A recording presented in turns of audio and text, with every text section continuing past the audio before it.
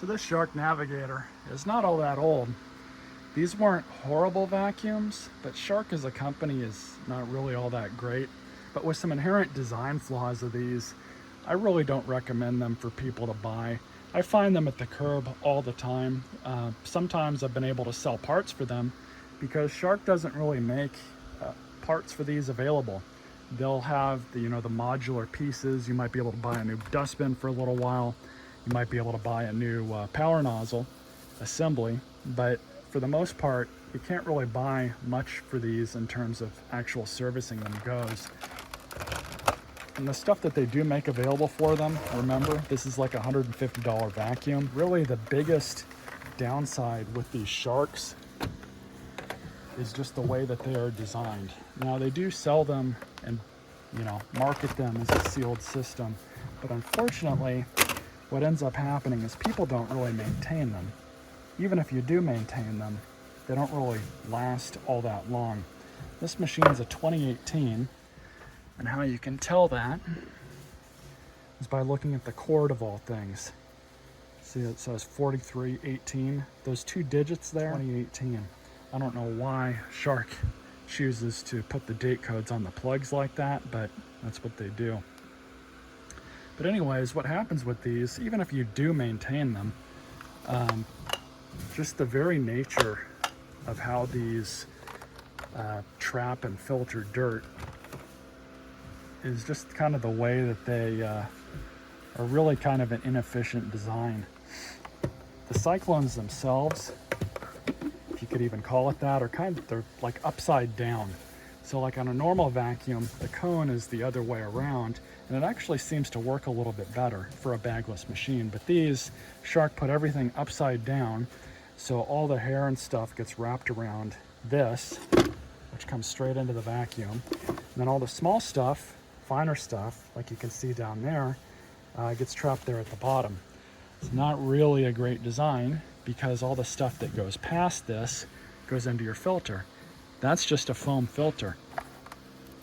Because guess what's right under here? That's your motor. So if you don't change these filters religiously, or at least wash them out after every other use, all that fine dust goes straight into the motor and it wears out the motor prematurely. Yeah, you have this HEPA filter which gets the rest of it, makes it a sealed system, but it's really just at the expense of the motor, because even on the cheaper machines like Hoovers and Bissells, the cyclones are way more efficient, it seems.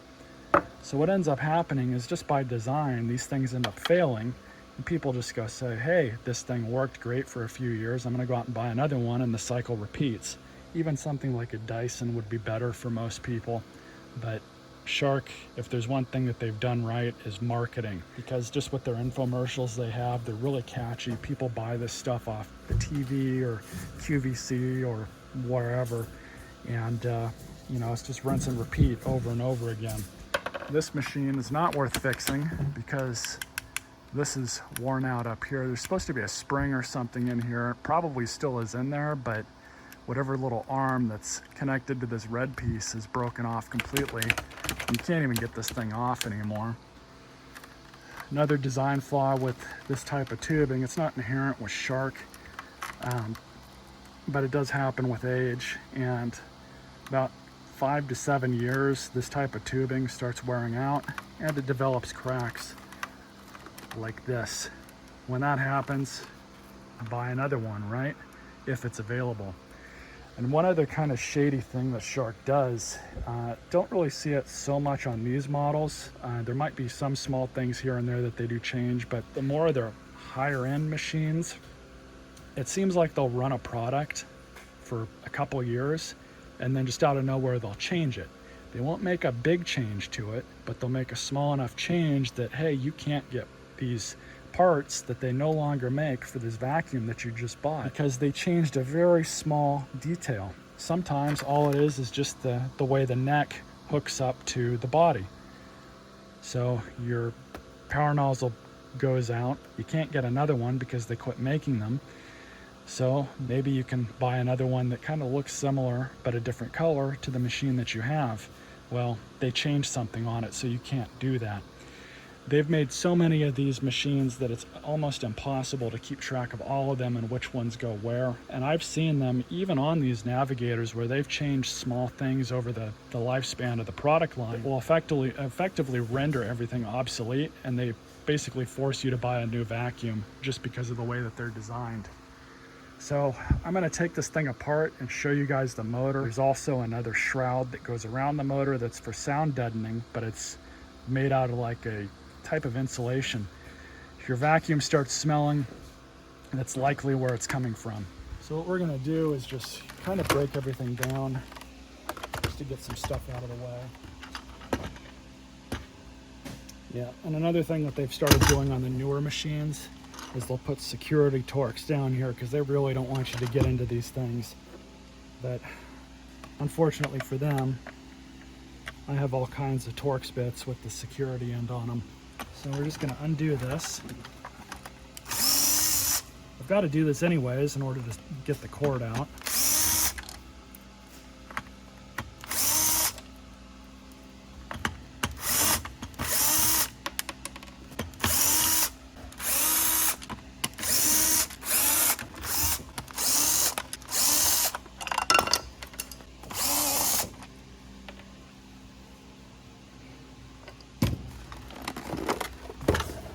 So now to get to the motor, you guys will see what I'm talking about here.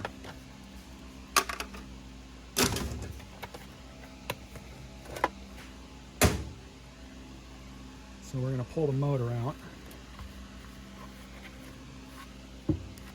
If you have a smell on your machine, this is likely why it's happening. And you can see all this black stuff. That's not dirt from the vacuum, it's dirt from the debris from the carbon brushes from the motor.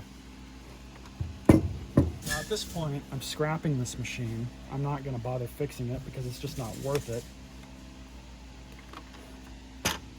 But developing a smell, this is what gets saturated and whatever gets sucked down into this area.